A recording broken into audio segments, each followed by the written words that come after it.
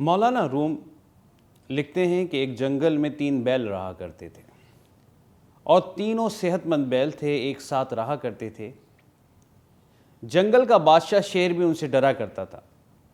کبھی اس نے انہیں کھانا بھی چاہا یا نقصان پہنچانا چاہا، وہ تینوں بیل متحد ہو کر اس شیر کا مقابلہ کرتے اور اسے پھر کبھی جرأت نہ ہوئی کہ وہ ان 3 بیلوں کی طرف میلی نگاہ سے دیکھتا۔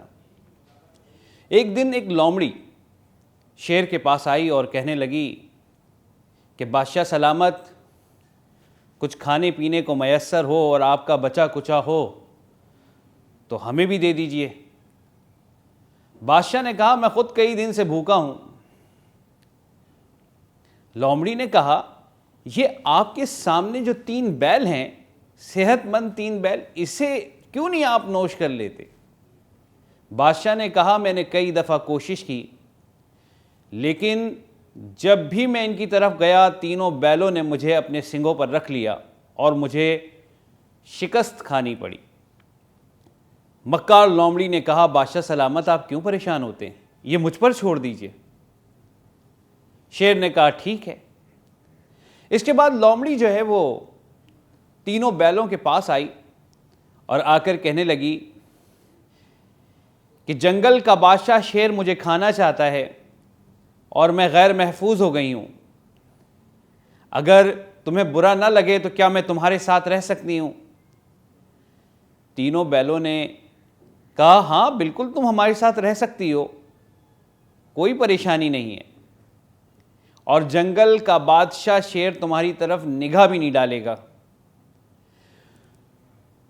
وہ رہنے لگی۔ دوسرے دن اس نے بیلوں سے کہا کہ ویسے تو سارے معاملات ٹھیک ہیں، لیکن ایک معاملہ ہے، یہ جو سفید بیل ہے یہ رات کو دکھائی دیتا ہے، دور سے چمکتا ہے اور دشمن کو پتہ چل جاتا ہے کہ ہم کہاں پر موجود ہیں۔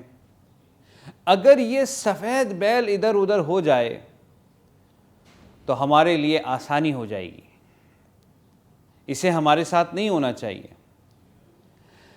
کالے بیل اور لال بیل کو یہ بات کچھ سمجھ آ گئی۔ انہوں نے کہا بی لومڑی لیکن ہم کریں کیا؟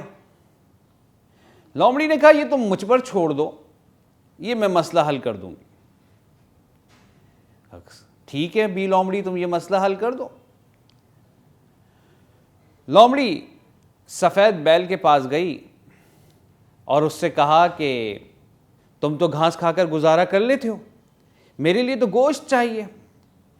قریب جنگل میں ایک جھونپڑی کے اوپر میں نے ایک بہت صحت مند مرغا دیکھا ہے، کیا ہی اچھا ہو کہ تم میرے ساتھ چلو، میں تمہاری پیٹھ پر چڑھ کر اس مرغے کو کھا لوں۔ بیل نے کہا کوئی حرج نہیں ہے، چلو۔ لال بیل اور کالے بیل کو آواز دی لیکن انہوں نے کوئی جواب نہیں دیا۔ رات کا وقت تھا۔ سفید بیل لومڑی کو لے کر جب اندر جنگل کی طرف گیا تو وہاں شیر موجود تھا، بیل اکیلا تھا، شیر نے اسے کھا لیا۔ کچھ عرصے تک وہ شیر بھی کھاتا رہا اور لومڑی بھی کھاتی رہی۔ کچھ دنوں بعد لومڑی نے پھر کہا لال بیل سے یہ کالا بیل جو ہے یہ بھی خطرناک ہے، یہ دن کی روشنی میں نظر آتا ہے، تو کیا ہی اچھا ہو اس سے بھی ہم جان چھڑا لیں تاکہ محفوظ ہو جائیں۔ لال بیل نے کہا یہ کیسے ممکن ہوگا؟ لومڑی نے کہا یہ تم مجھ پر چھوڑ دو۔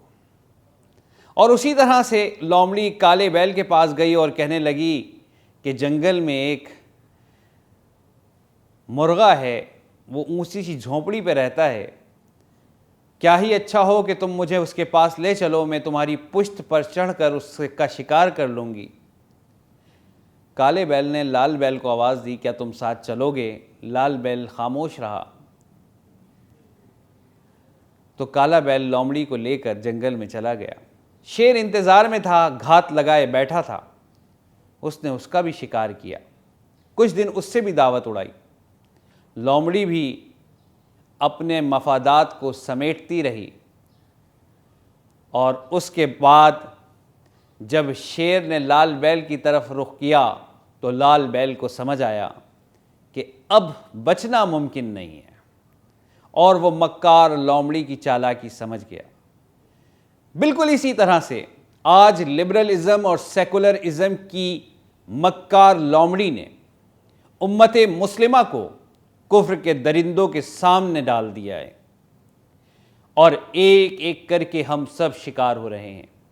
ناموس رسالت صلی اللہ تعالیٰ علیہ وآلہ وسلم کا سب سے بڑا امتحان جان ایمان سرکار دو عالم صلی اللہ علیہ وآلہ وسلم کی حرمت پہ بات آ چکی، لیکن ہم متحد نہیں ہو رہے، اور لبرلزم اور سیکولرزم کی مکار لومڑی امت مسلمہ کو کفر کے درندوں کے سامنے ڈال رہی ہے۔